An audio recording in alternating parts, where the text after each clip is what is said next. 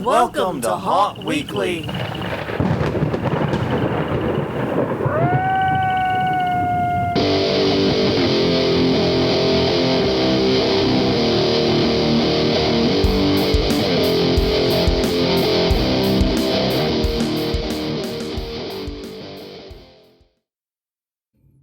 Hello, everyone. I'm Jonathan. I'm Crystal. And this is Haunt Weekly, a weekly podcast for the haunted attraction, haunted entertainment community. Whether you're an actor, owner, or just plain aficionado, we aim to be a podcast for you. And this week, we're coming to you basically recycling your stuff.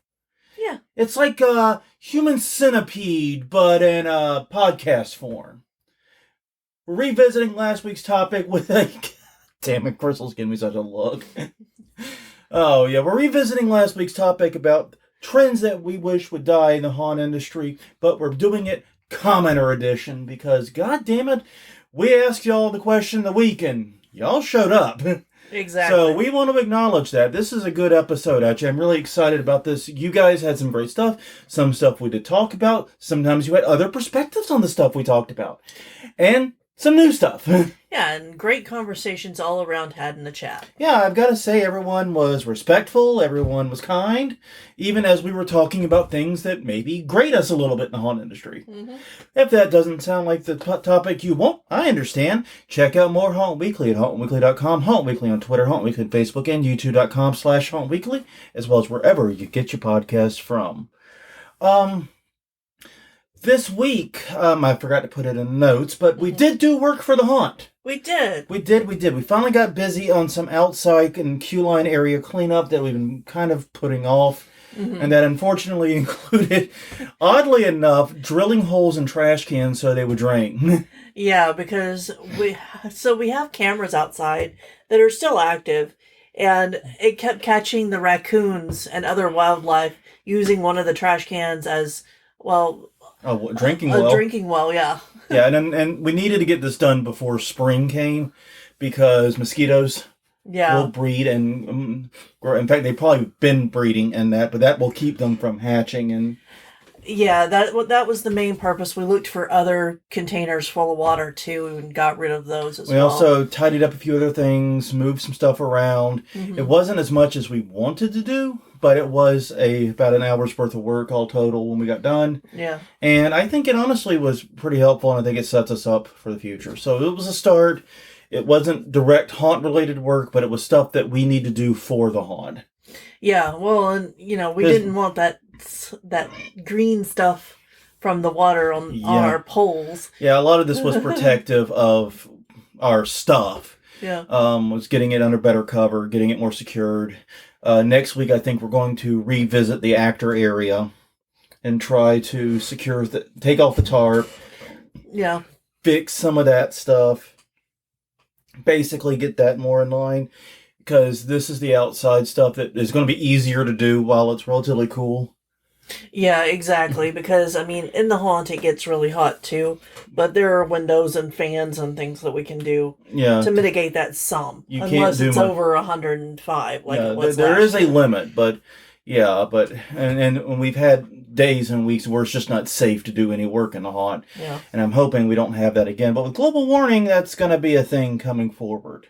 Yeah. Well, every week we ask you a question a week. And last week we asked you what trends in the haunt industry you wish would end. Mm-hmm. And, well, that's this week's episode. So We're not going to go into that. So let's talk about this week's question of the week instead, which is, what trend in the haunt industry do you want to see continue or grow? Mm-hmm. So we may actually be doing a full episode on this, so I don't want to say too much, but one that leaps to mind is I have definitely been noticing more diversity and inclusivity, especially when it comes to gender. Yeah. Been seeing a lot more female haunters, been seeing a lot more women in haunting in general. Happy about that. Hope that trend continues. Mm-hmm. We still have a lot of work to do in that space. We're not anywhere near done. Yeah. But I do like seeing the progress. Yeah, I do too. I think that's one. If you're saying, no, I don't want to see that, then you're just an asshole. Yeah, that's true. Well, the other thing you could say is, I'm not seeing that trend. Yeah. Where I am, that's not a trend that's going on. And that might be the case, because we're kind of limited to the haunts near us and the haunts we travel to see. Yeah. So it could be other people have a different experience with that. And I have been... Anyway, yeah, that's true. I guess another one I'll throw in there, since you've covered the big one, is the rise of the middle tier costumes and mask and stuff. Because I've been seeing a lot more props being made on those middle tier levels for the smaller haunts. The prosumer. No, they're above prosumer. They're actually... Okay, so prosumers are in, like, stores... at like Home Depot. Okay, but right? I don't know. I would say we are going to be prosumer users, and we don't buy much from Home Depot and Lowe's. Yeah, that's true. No, I think... Well, I think I get what you're saying, but yeah. You're seeing stuff that isn't utter crap for regular consumers, but also isn't the eye-watering, expensive stuff for pro level stuff. Exactly. There's a middle tiers, and hopefully that'll end up with some cool middle tier haunt stuff. Yeah, and the middle, and I don't know if it'll end with middle tier haunts, but it's definitely going to lead to better home haunts. It's going to lead to better charity haunts, because a lot of quality, the stuff that is approachable to them is going to be much higher quality. Yeah. All right. Well, this is an even-numbered episode. That does mean we do conference reminders. And Crystal, would you like to kick us off? Sure. March 7th through the 10th, it's Transworld's Halloween and Attraction Show in St. Louis, Missouri at the America Center, featuring a Zombie Showdown Challenge, party at City Museum, and it also hosts the Christmas show, hashow.com for more info. HAASHOW. Okay, after that, April 12th to the 14th in Owensboro, Kentucky, it's Fear Expo Live at the Owensboro Convention Center. Free admission, ultimate haunt tour featuring 6 different haunts, costume contest, and more. FearExpoLive.com. April 25th through the 28th, that is East Coast Haunters Convention at Oaks, Pennsylvania at the Greater Philadelphia Expo Center. Friday will be haunt tour featuring Eastern State Pen, Bates Motel, and Penhurst Asylum. Damn good lineup. Yes, it is. Otherworld Party on Saturday night. And this is put on by the Transworld folks. This is the newest addition to the Transworld stable, if you will. And you can go to eastcoasthuntersconvention.com for more info. If you can type all that out. And finally this week, it's Spooky Swap Meet, April 26th through the 28th in Los Angeles, California, at the Heritage Square Museum. Great place to purchase gently loved items, as they put it, including costumes, decor, and other things, created by the co-founder of Midsummer Screen. That is SpookySwapMeet.com. Mm-hmm. Yeah, some great shows coming up. It is the season. Mm-hmm. Yeah, I would actually love to go to that East Coast one. Yeah, because we've been to Eastern State Pen, but we've not been when they were haunting. Right. It was spooky during the day, too. It was very spooky during the regular, midsummer tour type thing we did. Yeah. Where you just get, here's the president, go have fun. Yeah, I mean... Don't be stupid. And it's kind of weird because... This is weird trivia about me, but my mom worked as a guidance counselor in the prison system growing up. Mm-hmm. And I jokingly tell people I grew up in prison. Because I was at the prison several times per year for various functions. Usually graduations, but also just the other functions whenever they were celebrating achievements by any of the inmates. My mom would always bribe them with, if you graduate, you'll get to meet my son. And thus I got roped into it. So it happened semi-regularly. I never felt creepy or scared inside an actual operating prison. I felt creepy and scared inside Eastern State Pen. Yeah. It was a very unsettling feeling. And I think a lot of that is because it was built to be unsettling and uneasy. It was meant to be. You learn about the history of it. It was designed that way. So yeah, I'm not surprised. It makes a great haunted attraction. So anyways, last week we decided to go a little negative and talk about in haunt industry trends that we wanted to see die or go away or whatever. And so at the end of that, we asked you, what are yours? And like I said, y'all rocked up. Mm-hmm. Y'all showed up for this one. I mean, apparently we hit a nerve with this topic. Basically, a lot of different responses, dozens of comments, and we just had the idea of stealing an idea from several of my favorite YouTube channels, in which they'll do a list episode, and then the commenters will come in and say, you forgot so-and-so, and whatever, and yell at them for that. And so what they'll do is then they would do a second video called the Commenter Edition. So we're doing the separate second podcast called, Haunt Trends We Wish Would Die, Commenter Edition. Yeah. We're going to talk about the various things you said you wish would die or go away. I think it's a great idea because, like I said, there were a lot of things in here that we either talked about briefly, but didn't cover very thoroughly, or just we missed and didn't talk about. And I've got to say, on our list, there was one resounding answer that had the most, I guess if we're calling them votes, mm-hmm. It was the largest number of votes, and it's simply clowns. Yeah. This was nominated by, oh boy, I should have let you do this one. Well, I can kick in. All right.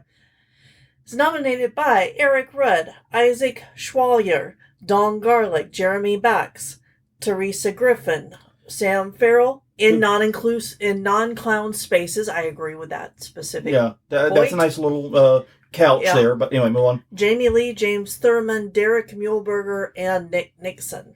Yeah. So a lot. a lot of people mention clowns. And honestly, so many people mention it that Crystal and I have been actually talking about it a lot since then. It's come up a few times between us. Y'all seem to not like clowns and haunts. That's A. But I think I agree more with what Sam Farrell said, which is I think a lot of the issue is, I do think clowns are overdone, and we're going to come back to that. Mm-hmm. But I think the bigger issue is clowns where they don't fit in. And one of the incidents we were talking about, this happened at the 13th Gate, a haunt we have incredible respect for. Mm-hmm. Nothing but respect for Dwayne and the 13th Gate and all that they do there. But one year they haven't had, I don't think they do anymore, they had a glass maze, which is where you have to navigate the glass panes. Oh, that's the part you're talking about, yeah. Yeah, you know what I'm talking about. And it's not a very difficult glass maze. Just look at the floor, look for the cracks, be fine. Also look for the fingerprints. Yeah, and also, but if you go there late at the night, there's going to be enough finger and face prints to guide you. Yeah. A lot of face prints. Yeah. Because people aren't smart enough to look down. Mm-hmm. But one year we were going through that, and there was a clown there. Mm-hmm. It didn't have a clown theme. It was, I guess, you could say it was a carnival attraction, but it was decorated like dungeon style. Yeah. With flame lights and arches and things like that. It wasn't circus themed in any way. And it just seemed odd. I mean, it was fine clown, but it was just odd. Mm-hmm. I remember getting out of there going, what the fuck was a clown doing in there? Yeah. Because I think that we talked about it when we discussed this last week, but I think one of my problems is I don't have a fear of clowns. No, and I don't. You either have a fear of clowns or you don't. I mean, it's not one of those. Can you spell the word Claustrophobia? Yeah. If you can spell it, you probably have a fear of clowns. If you know of it, you might. I know what Claustrophobia is, and I don't know. But then again, I do obsess over fear stuff. Exactly. Yeah. I have other issues that might lead it. Yeah, but no, I think that whenever you just stick a clown in randomly, it doesn't make sense. Yeah. And that's what my problem with the overuse of clowns is. It's not when the whole house is a clown-themed house. That's like the 3D fine. ones or the circus-themed ones. Yeah, those are fine. It makes sense for them to be there. Clowns can be the horror makeup on them, or really impressive makeup makes it stand out. Because clowns can be very creative with the makeup styles because there's such a variety for them. And fun fact, clowns actually copyright their makeup by painting their clown makeup on eggs to submit to the U.S. Copyright Office. This is true. You can look that up. It's true, and it's weird as fuck. You can go look at some clown-painted eggs. Now I want the weirdest copyright story. Weirdest thing. Yeah, I guess we could do weirdest copyright stuff that's haunt related. Yeah. That might be a good future episode. Because I've got a bunch of those type of weird bullshit things. Okay. But anyways, moving on. We'll put that in the pocket for later. But yeah. So it's not that it's, that all clowns are bad. That's not what... I don't think anyone really thinks that. I don't think anyone thinks that. But I think the issue is, hey, we've got a room that's not working. Stick a clown in there. Exactly. I think people watched Terrifier and got the wrong lesson about why art is scary. Yeah. You know what I mean? Yeah. They're like, art is in places clowns aren't supposed to be. And it's like, no, that's not why art's scary. No. Art's scary because he genuinely looks creepy and disturbing and has weird mannerisms. Yeah. Study the character of art. Don't study the fucking scenery. Mm-hmm. Learn the correct lesson from the movie. And I'm not even like a huge Terrifier fan, and I'm saying that. Mm-hmm. But yeah, no, I think in general it is overused. I do think one of the challenges you have when you have like a circus-themed haunt is making one particular clown stand out. Mm-hmm. One thing I would like to see is if you're going to do clowns or a lot of clowns, don't just do modern creepy clowns. Yeah. You mentioned doing like a Harlequin style clown. Mm-hmm. Do like a old-timey court jester. Mm-hmm. That would be out of place and weird as fuck. Mm-hmm. Do like mimes. Mimes are just sad clowns that are quiet. Mm-hmm. Do those. Do things, there's so many different angles to it that a lot of haunts just do creepy modern clowns that it does begin to feel samey for us. But yeah, and most important, like I said, at least if you're going to do that, make sure they belong there. Yeah. That was the overwhelming...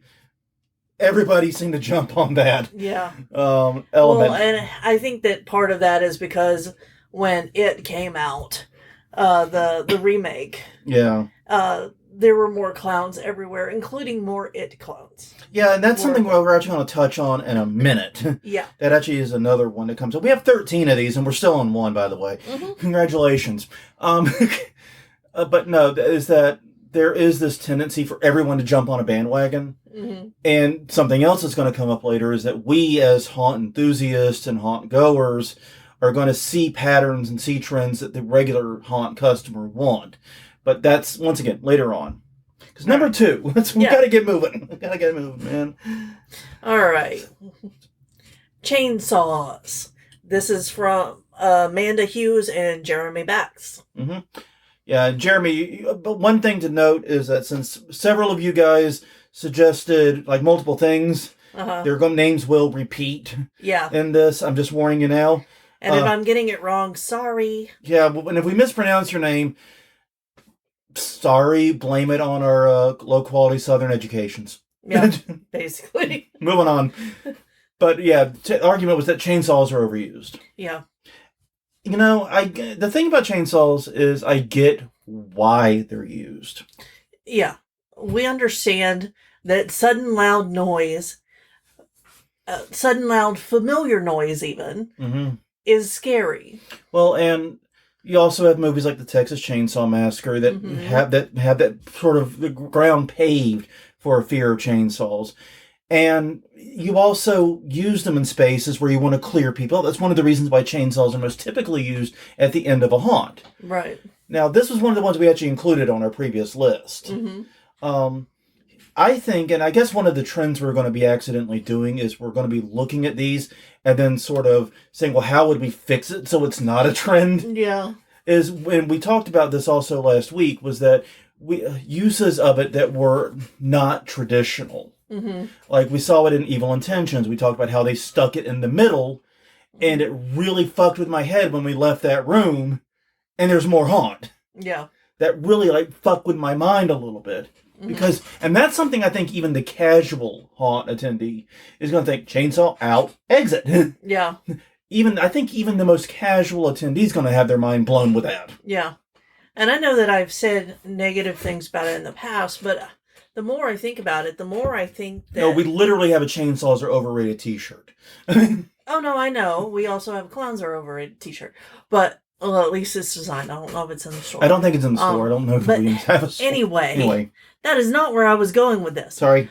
I was thinking back to the Chainsaw Maze that House of Shock used to have. I think it was House of Shock. It was pre-New Orleans Nightmare. Which kind of breaks the system of getting out quickly because you're in a chain link fence maze with multiple chainsaws. Even if, because of the conga line nature of the House of Shock, it wasn't a particularly mazy maze. Right. It was more of a zigzag. Yeah, but at least the concept was different. Yeah.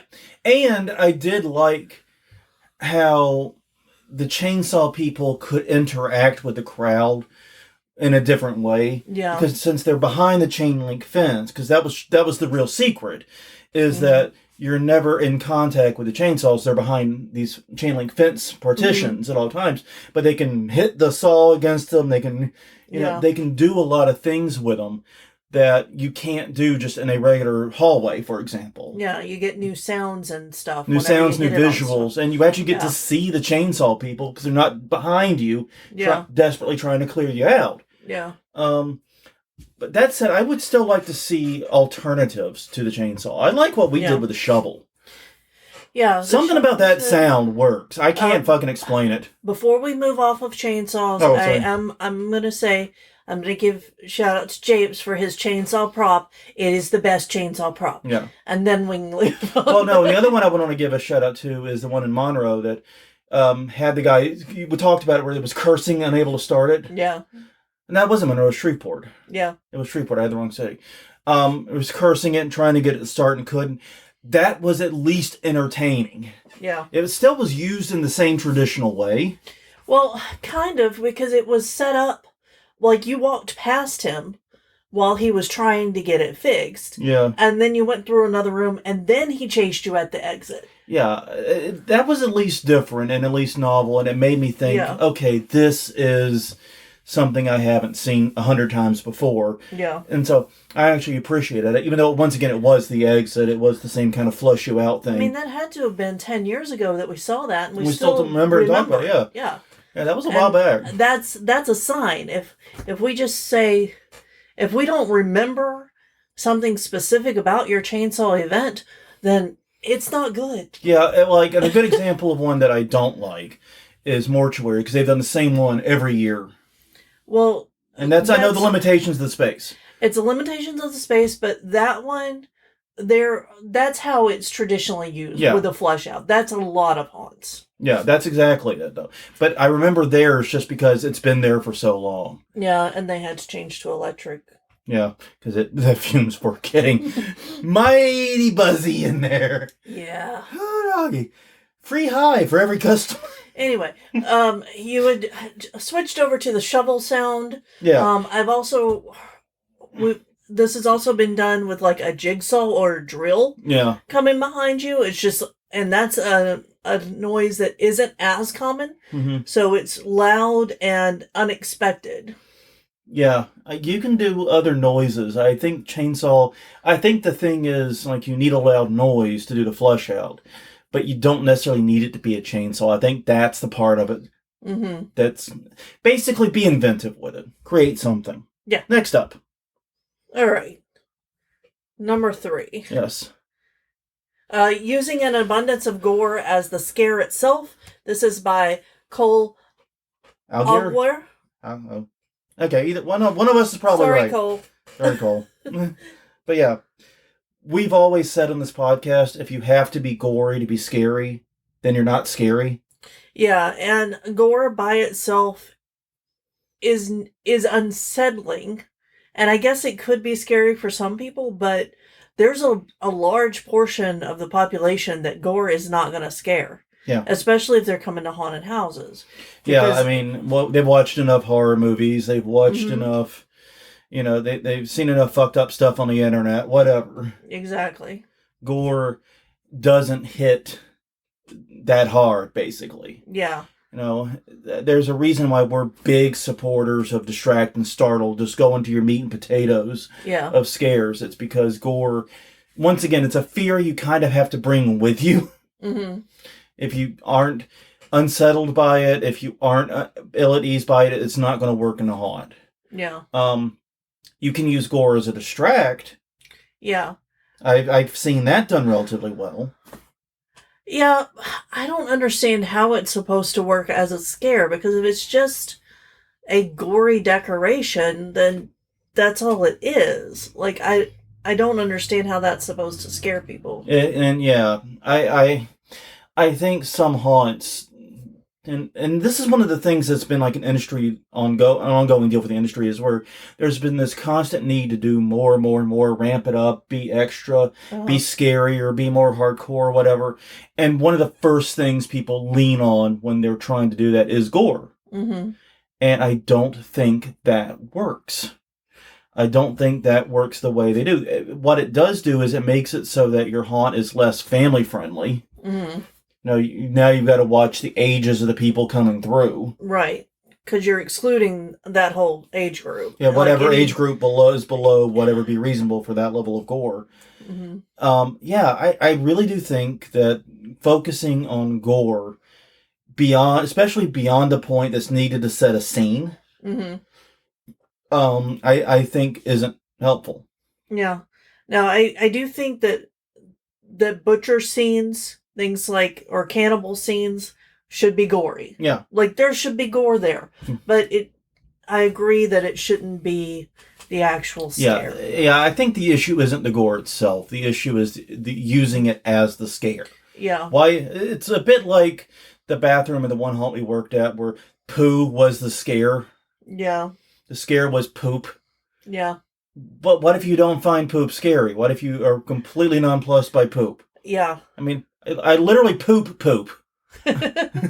You do. I think everybody kind of does. If you're not pooping poop, what the fuck are you pooping? Yeah, you should probably go to the doctor for that. See a doctor immediately. You've got problems. Pause the episode. We'll be back when you get back to pooping poop.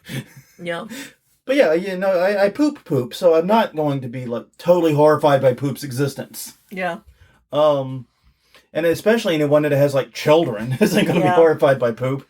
No, and I don't understand the poop in the toilet being the scary thing either, since we're on, Yeah.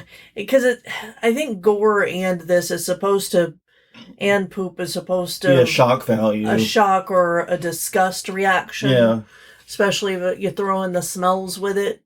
But that's... I don't know. Well, haunting's supposed to be fun for everyone involved. It is supposed to be fun, and poop can be funny. Oh, poop can be hilarious. Yeah, you can make it really funny. South Park has made it like 20 plus years on poop. Yeah. But yeah. There's still some corn in that. Better eat it up. You want some? My poop is an army. It has a bunch of colonels. The disappointment. Moving on. Shalisa Muehlberger said, blackout rooms. Yes, I don't want to talk too much about this one, but I really hate blackout mazes. I hate mazes in general, but blackout mazes are the worst. I remember that being the only disappointing part of Waterloo Sportsman Club when that year we went.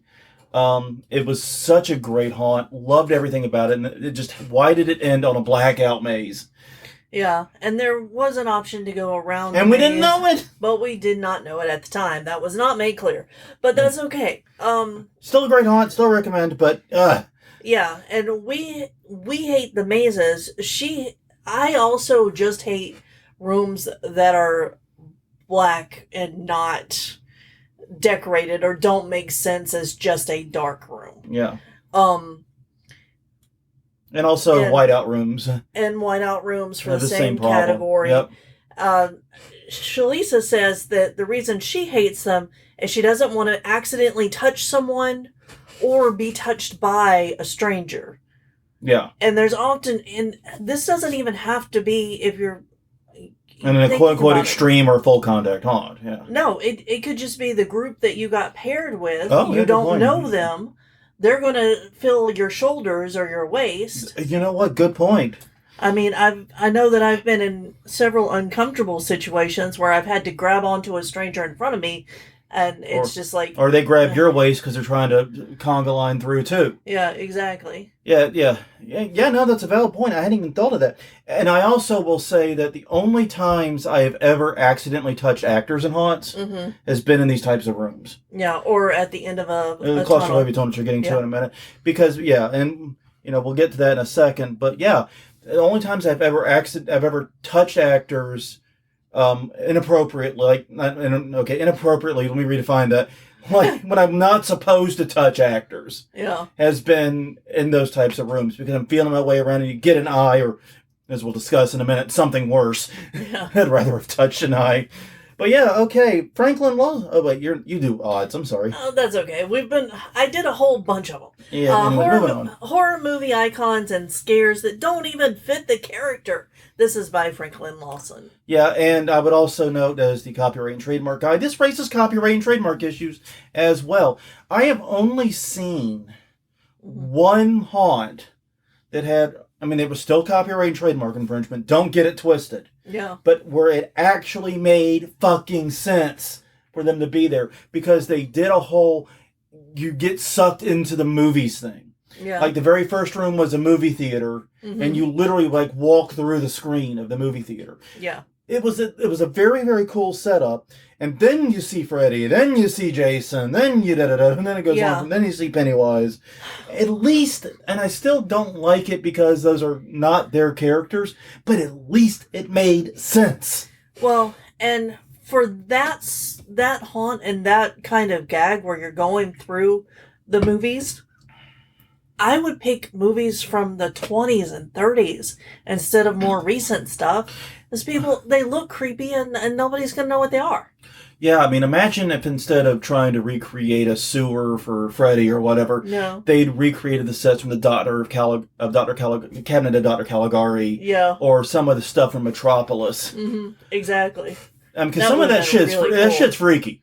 Yeah, and I am infinitely interested in the black and white makeup teams. Like that effect is just so amazing when it's done right. Oh yeah. And I would love to see it in a haunt. And I've never. Yeah, and you combine that with a black and white set. You're the only thing in full color in haunt. Exactly. That would be so freaky. And all that, if those two movies are public domain, you do what the fuck you want with those. Yeah. So, and there are others out there that do, like the original Nosferatu. Yeah, and, White Zombie is back from that era. And there are things that you can definitely play with that are, not your IP, but would make sense if you did a whole theme around it. Yeah, and like I said, we're going into the movies, and next thing you know, in the Cabinet of Dr. Caligari, that weird Dutch tilt scene, that would fuck with some people, man. Yeah. That would fuck people up. I guarantee it. All right, the next one is from Amanda Hughes. It's those squeeze or claustrophobia tunnels. She called them squeeze tunnels. We've heard them called claustrophobia tunnels. I'm pretty sure both are valid. And I'm pretty sure everybody knows what the fuck we're talking about. Yeah, those inflatable... I know why they're so commonly used. They're commonly used when you have a hallway that you have no fucking clue what you can do with. You just need to have a transition break from A to B. And I would throw vertigo tunnels in on this as well. Yeah. Because it's also a transition piece. I'm not horribly against these. They do create ADA issues, so you got to watch that. Yeah. But the main thing for me is, like, what are you doing with it again? Like, what are we doing? What's the game here? Is it just I'm going through a claustrophobic tunnel and I come out and then I'm in another scene? Or I'm in another dark hallway? What's happening? What's the goal here? And like I said, we've seen it done well once, apparently on accident. Yeah. But that is rare. And I don't understand why that was a go-to or is still a go-to sometimes for transitions. There are other ways to do transition scenes. Yeah. And that are more cost effective. So and don't raise ADA issues. Exactly. Hallways exist in spaces. Like, I've got one in my house, Hallways do exist. So I don't see why we're trying to do that, especially if it's supposed to be a scare. Yeah, and like we alluded at, that one of the times I accidentally touched an actor was after a claustrophobic tunnel. Had my hands to the side to push the fabric back, and apparently there was a female actor right on the other side of it, and my right hand just went right across her breasts. Yeah. Like, perfectly across her breast, and it's like, oh, Jesus Christ, and I'm tripping over myself, apologizing. Yeah. It's like, no, it happens all the time. I'm like, why are they having you stand there? Yeah. If you're getting felt up constantly by people accidentally. No. Move, for the love of God, move. Yeah. Oh, man. Okay, next up, though. We'll move on. All right. Extreme Haunts. This is by Jeff Herzog. Haunting has to be fun. And I do think that this appeals to a very small audience. Yeah, and the main thing is this, is like if you're going to do a quote-unquote extreme haunt, the very nature of an extreme haunt is going to hurt your throughput because it's all about higher interactivity. You're doing more with each individual customer. And it doesn't really matter if it's touch or what, but the point of an extreme haunt is increased fear by increased focus and increased interactivity.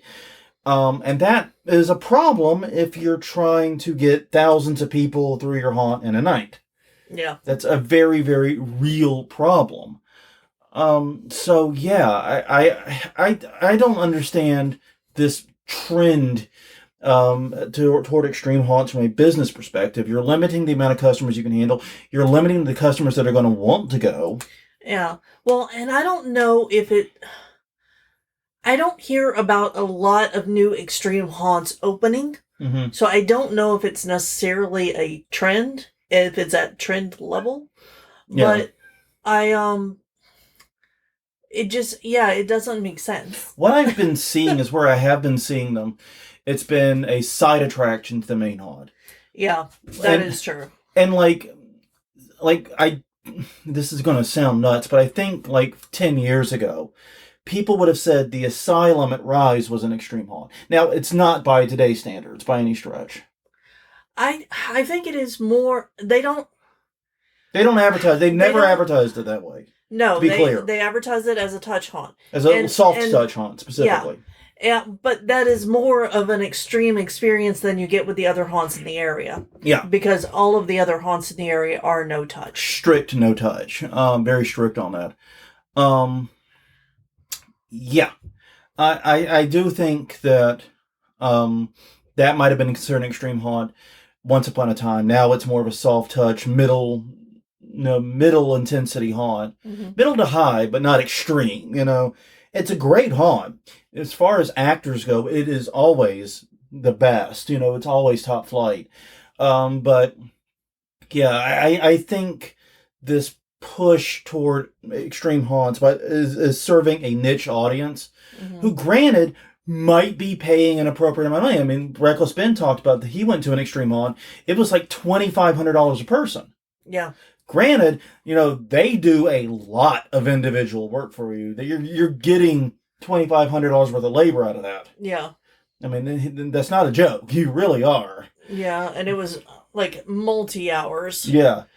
I mean, it was pretty bonkers. So, yeah. I mean, I guess, but that's just it. You've got to sell your tickets for that price because that's your throughput, that's your cost. You know what I mean? Yeah.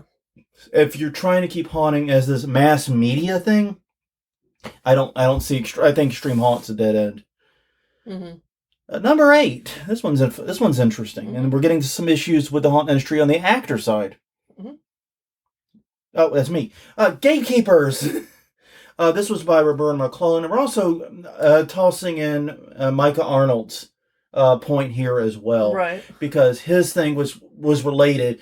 Was basically experienced haunters sort of poo-pooing on people who are acting cocky or confident, and trying to encourage them not to be. Well, especially young and new haunters, discouraging people who are new to the industry. Yeah. I do think this is less of a problem than it was, say, 20 years ago. I hope so. I don't know for sure that it is. Well, I'll say this. when we started haunting way back in 2005, started doing our haunt, getting information was nearly impossible. Yeah, and that's to Roberta's point. Yeah, is knowledge, resources, techniques, and products. She wants to see more of that shared. And that is so much more shared now than it was 20 years ago. Mm-hmm. You can join very open Facebook groups. You can get on email newsletters. There's forums. There's places to go and check these things out. I remember in like 2005, if you didn't know how to weld or do certain things, people would just like look at you like in that meme, like, you all think you're better than me? It's like that meme format with the Family Guy. It felt like that. These days, there's actual very good resources for people of all skill levels and with all kinds of talent. Mm-hmm. And I think that's a definite improvement. But as far as like seasoned actors discouraging young haunters, there's still a problem with that all over, especially in larger haunt communities. Yeah, and that's what I was talking about. Yeah, I do think it's a little bit better than it was, but I do think that's still not as much progress has been made there. I mean, that's one of the things I really enjoy about going to the conferences is seeing the rising stars, because I have a knack for being able to pick out people who are going to be really successful at what they're trying to do. Well, and it comes from working in HR, I'm sure, because I had to, Well, and in haunting, one of the easiest ways to figure it out is who am I visually drawn to? Who can I not stop watching? You know what I mean? Yeah. You just kind of let your eye land where it's going to land. The it factor. Yeah, exactly. Yeah. Once your eye lands where it's going to land, that's probably your clue. But there's also a lot of people on social media who are doing a lot of self-promotion and things for their characters, for the work that they do for their haunts. And that's a beautiful thing to see. And that's not a lot of the older people. Yeah. That's the younger generation that's doing that. And I really appreciate it. I need to get better at TikTok. I keep saying that and then not doing it. Mm-hmm.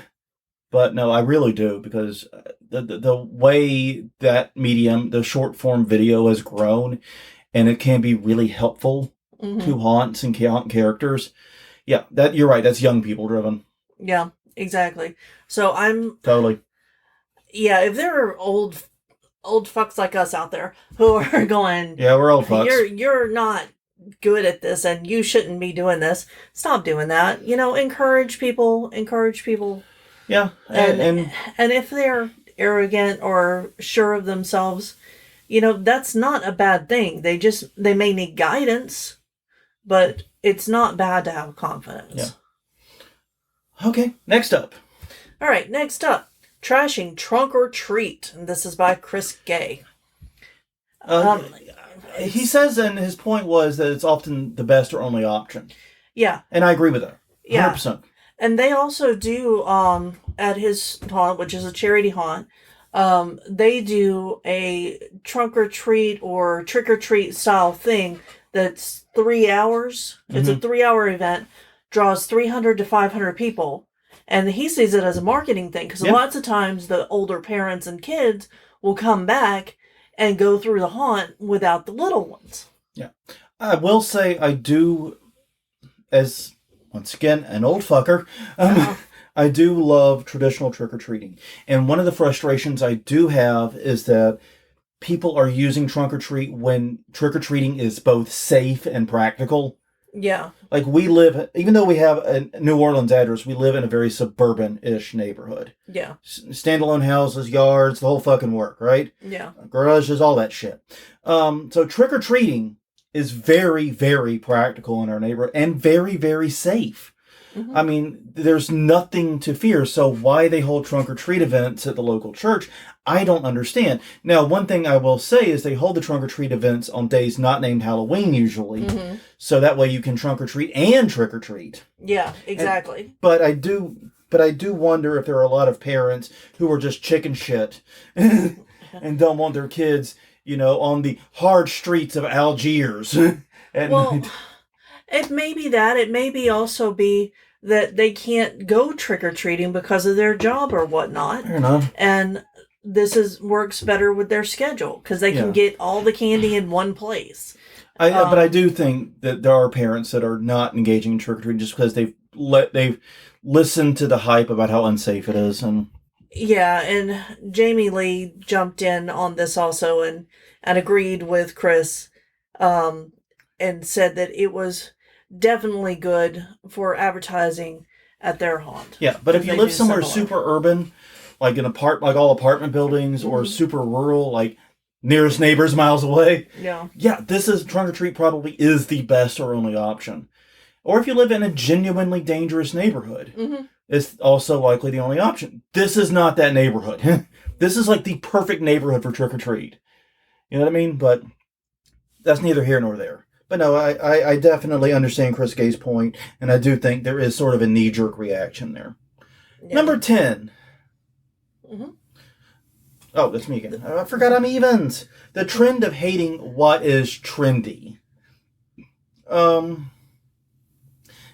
Basically, the argument, this is from Audrey Smith, the basic argument here is the casual haunt attendee does not know what is overused. If you only visit one or two haunts a year, or only visit a haunt every couple of years, maybe you don't even go every year. Yeah, you're right. You're not going to see what's overused. And that it's us weirdos who go to 5 or 6 or a dozen haunts a year and put ourselves in the serious financial burden to go to haunts. We're the ones who notice it because we see the same shit over and over and over again. I agree with that somewhat, but I also think that there needs to be a pushback against trends because, for example, how many haunts are abandoning their escape rooms right now? Yeah.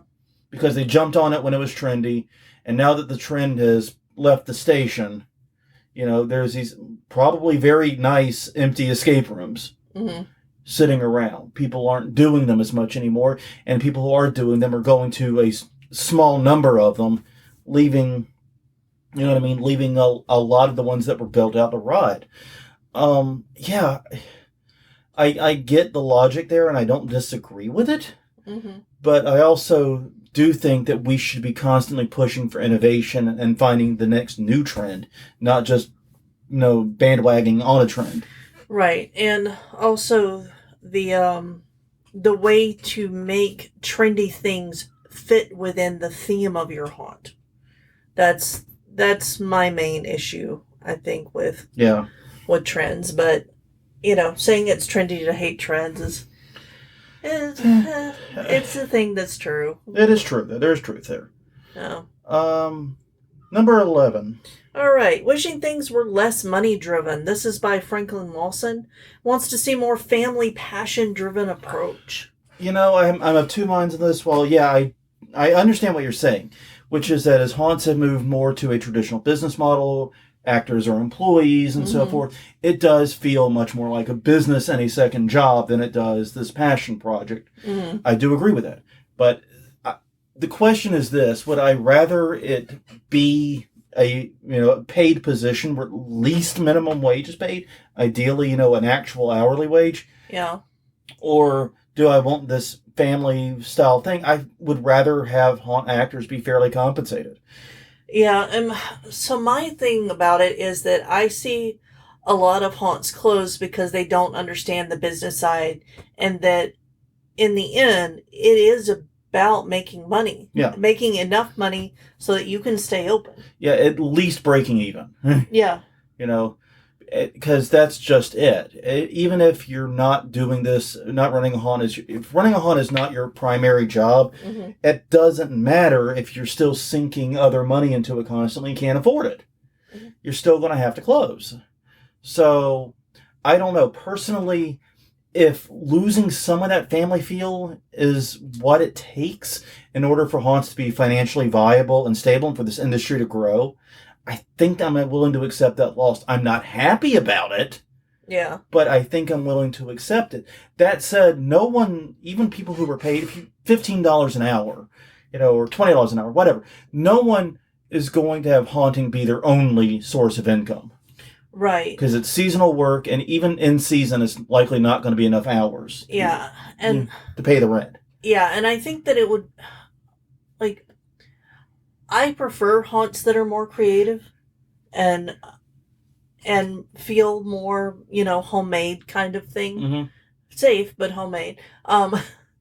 And the ones that are more corporate, don't have that same feeling. Yeah. And I mean, I remember one haunt we went to that was in the upstate where it was very clear the owner just put some trailers together and got a whole bunch of props from Fright Props and strung them together in black rooms, and that was it.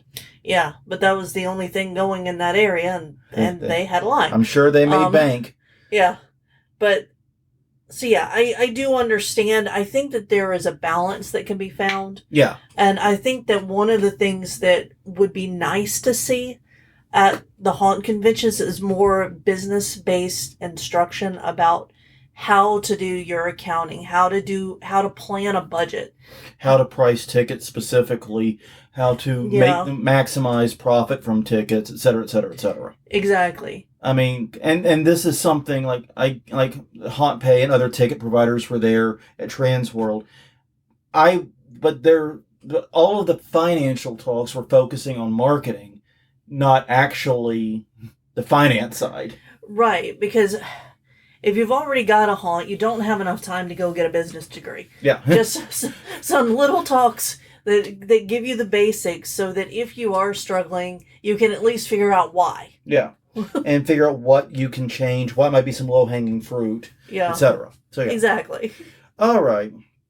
Number 12, this is by Jerry Bax, and I had to put this as the next to last one. Mm-hmm. Hatred for clowns. Mm-hmm.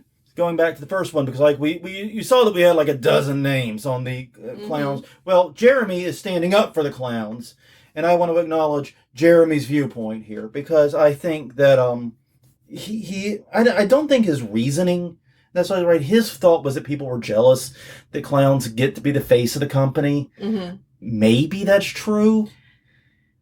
But I think the bigger issue most people have with clowns is just how overdone they are and how they don't feel special anymore. Yeah, and lots of times the way that I see clowns used is as cue line actors. Mm-hmm. I think that's that and just randomly inside of a haunt. But it doesn't make sense. And clowns do get a lot of attention.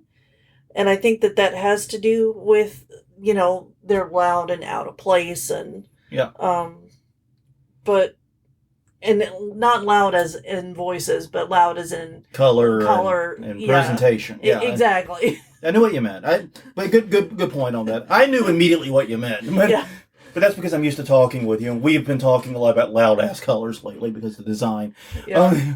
But yeah, I don't know. I think a lot of the frustration with clowns is more about how overused it is as a trope, and how a lot of people just aren't afraid of clowns. Yeah.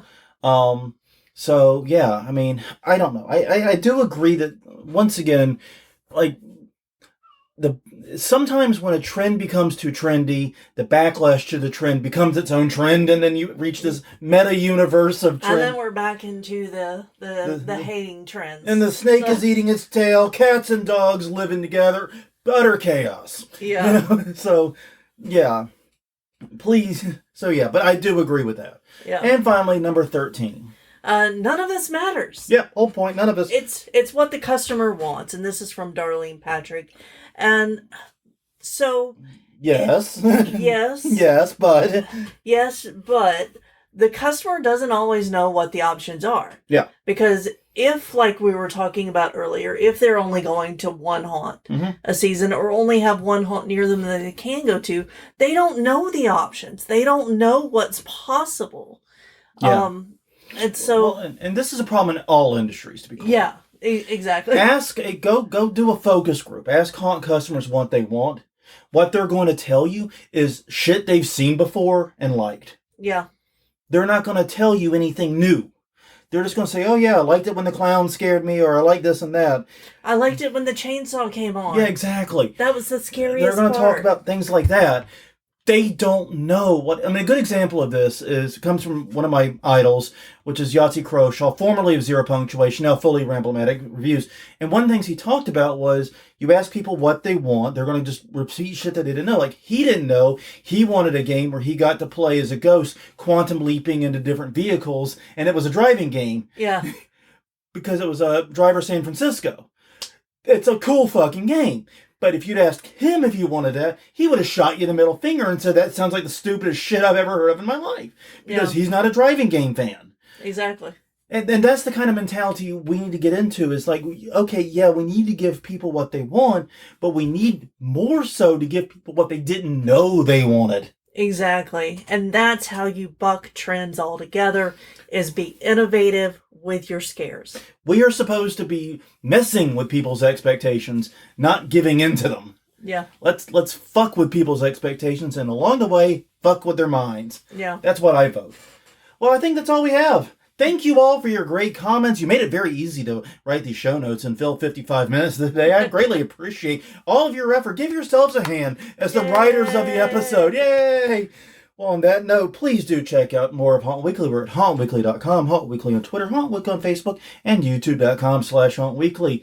Find us wherever you get your podcaster from. There's 429 other episodes out there. Please do enjoy. Until next time, I'm Jonathan. I'm Crystal. And we will see you all next week, where we will probably not be doing another commenter edition. But we will see you all then.